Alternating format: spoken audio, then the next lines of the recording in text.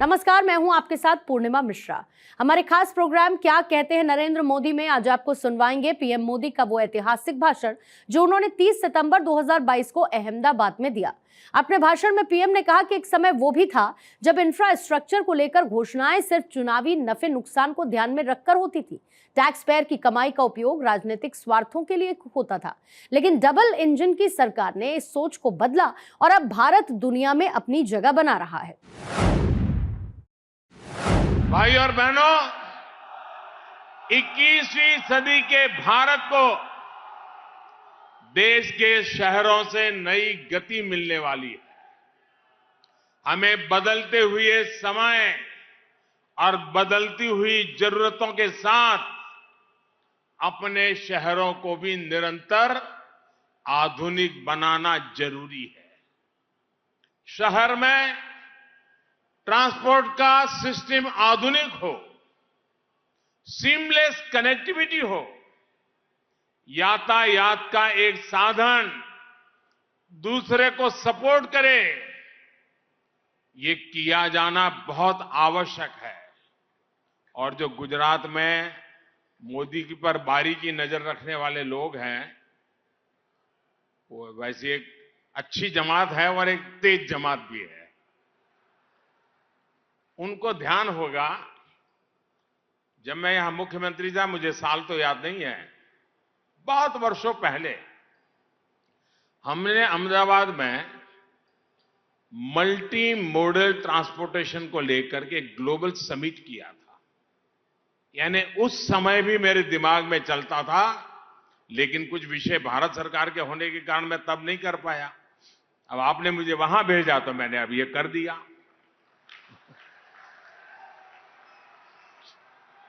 लेकिन ये सोच आज साकार होती हुई देखता हूं और इसी सोच के साथ बीते 8 वर्षों में शहरों के इंफ्रास्ट्रक्चर पर इतना बड़ा निवेश किया जा रहा है।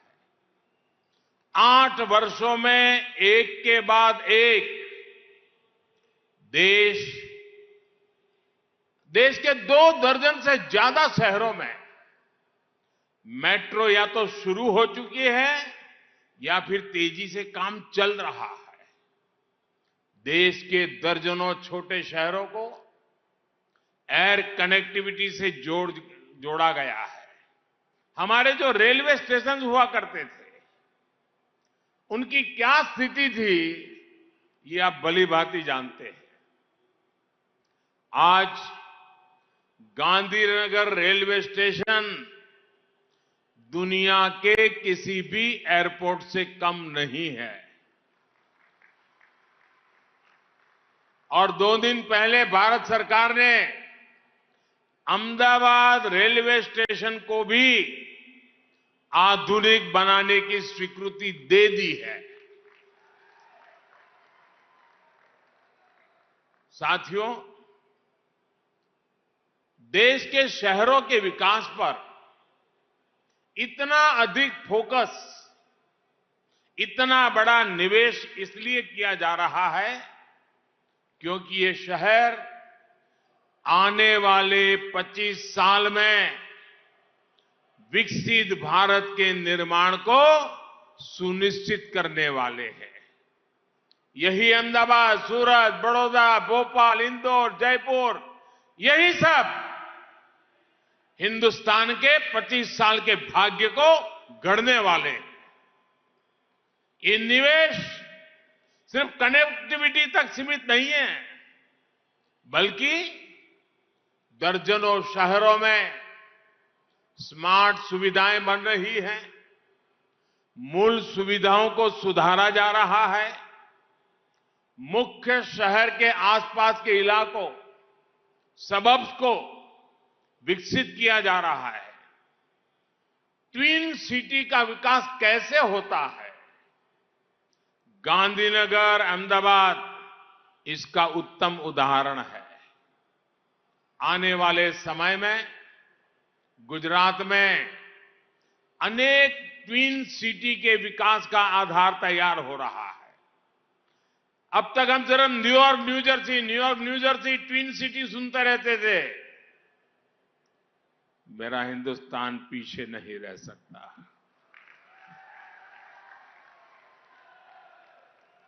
और आप अपनी आंखों के सामने देख सकते हैं अहमदाबाद गांधीनगर का विकास, ट्विन सिटी का वो मॉडल।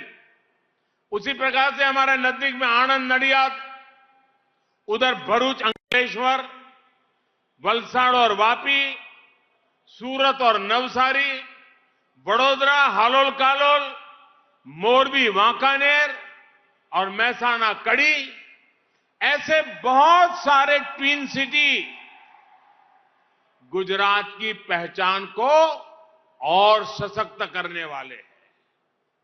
पुराने शहरों में सुधार और उनके विस्तार पर फोकस के साथ साथ ऐसे नए शहरों का निर्माण भी किया जा रहा है जो ग्लोबल बिजनेस डिमांड के अनुसार तैयार हो रहे हैं। गिफ्ट सिटी भी इस प्रकार के प्लग एंड प्ले सुविधाओं वाले शहरों का बहुत उत्तम उदाहरण है। साथियों, मुझे याद है जब मैंने गिफ्ट सिटी की बात शायद 2005-6 में कही थी, और उस समय जो मेरा विजन था उसका एक वीडियो प्रेजेंटेशन किया था, तो बहुत लोगों को लगता था यार ये क्या बातें करते हैं, कुछ हमारे देश में हो सकता है ऐसा। मैंने उस समय लिखा हुआ पढ़ा भी है और सुना भी है। आज गिफ्ट सिटी आपके आंखों के सामने खड़ा हो चुका है। दोस्तों,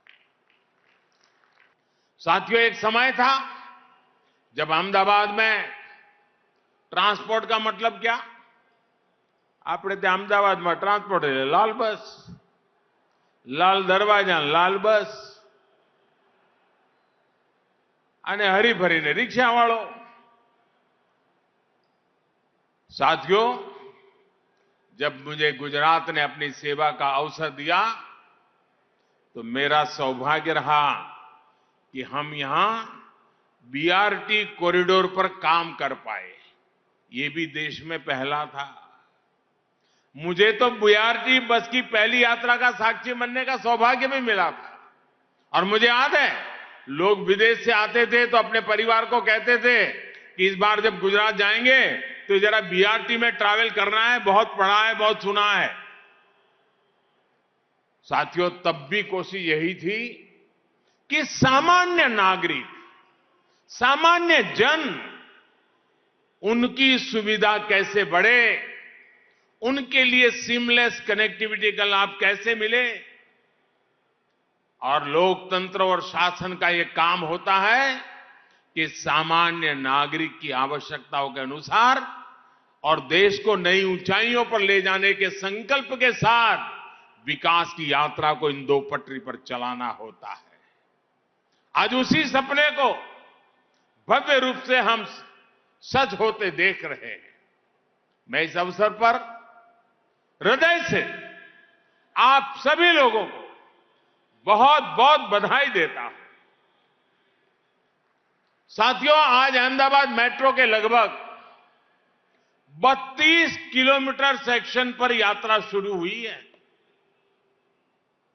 और ये आपको सुनकर के आश्चर्य होगा, भारत में मेट्रो की शुरुआत हुई तब से अब तक में ये पहली बार ऐसा रिकॉर्ड बना है कि एक ही साथ 32 किलोमीटर करीब करीब उसकी यात्रा का लोकार्पण हुआ है।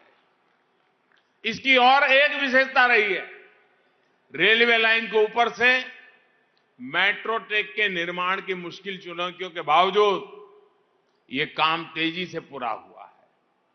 इससे मेट्रो के लिए अतिरिक्त जमीन की जरूरत भी नहीं पड़ी। आज मेट्रो के पहले फेज का लोकार्पण हुआ है, वहीं फेज 2 में गांधीनगर को कनेक्ट किया जा रहा है।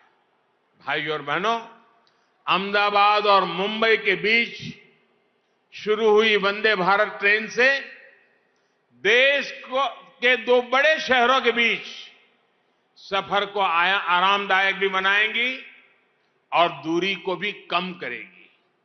सामान्य एक्सप्रेस ट्रेन अहमदाबाद से मुंबई पहुंचने में करीब करीब 7, साढ़े 7, 8, साढ़े 8 घंटे लगा देती है। कभी कभी उससे भी ज्यादा समय लगता है। शताब्दी ट्रेन भी कभी 6, साढ़े 6, 7, साढ़े 7 घंटे तक समय ले लेती है। लेकिन वंदे भारत ट्रेन अब ज्यादा से ज्यादा 5.5 घंटे में ही अहमदाबाद से मुंबई पहुंचा देगी। धीरे धीरे इसमें और सुधार होने वाला है। और आज जब मैं वंदे भारत ट्रेन को बनाने वाले, चेन्नई में बन रही थी, उसके बनाने वाले सारे इंजीनियर, वायरमैन, फिटर, इलेक्ट्रिशियन, इन सब से मिला और मैंने उनको पूछा, बोले साहब आप हमें काम दीजिए, हम इससे भी अच्छा बनाएंगे, इससे भी तेज बनाएंगे और जल्दी से बनाएंगे। मेरे देश के इंजीनियर्स, टेक्नीशियंस, इनका ये आत्मविश्वास, उनका ये भरोसा मुझे इस बात पर विश्वास से कहने के लिए प्रेरित करता है कि देश इससे भी तेज गति से बढ़ने वाला है। यही नहीं, बाकी ट्रेनों की तुलना में इसमें ज्यादा यात्री सफर कर पाएंगे। मैं एक बार काशी से स्टेशन पे पूछ रहा था, मैंने कहा भाई वंदे भारत ट्रेन का क्या एक्सपीरियंस है? बोले सबसे ज्यादा टिकट वंदे भारत की जा रही है। मैंने कहा वो तो कैसे संभव है? बोले साहब गरीब लोग इसमें जाना पसंद करते हैं, मजदूर लोग जाना पसंद करते हैं। मैंने कहा क्यों? बोले साहब उनकी दो लॉजिक है। एक, लगेज काफी अंदर जगह है ले जाने के लिए, और दूसरा इतना जल्दी पहुंच जाते हैं, ये वंदे भारत की ताकत है। साथियों, आज इस अवसर पर मैं आप लोगों को यह भी बताना चाहता हूं कि डबल इंजन की सरकार का लाभ कैसे अहमदाबाद प्रोजेक्ट को मिला। जब बोटाद रेल लाइन का ओवरहेड स्पेस मेट्रो प्रोजेक्ट के लिए इस्तेमाल करने की बात आई, तो केंद्र सरकार ने तुरंत इसकी मंजूरी दे दी। इससे वासना ओल्ड हाईकोर्ट रूट की मेट्रो का काम तुरंत ही शुरू होना संभव हो सका।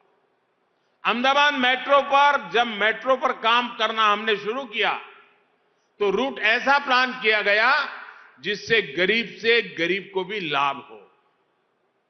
ये ध्यान रखा गया कि जहां पब्लिक ट्रांसपोर्ट की सबसे ज्यादा जरूरत है, जहां सांकरी सड़कें पार करने में बहुत ज्यादा समय लगता हो, वहां से मेट्रो गुजरे।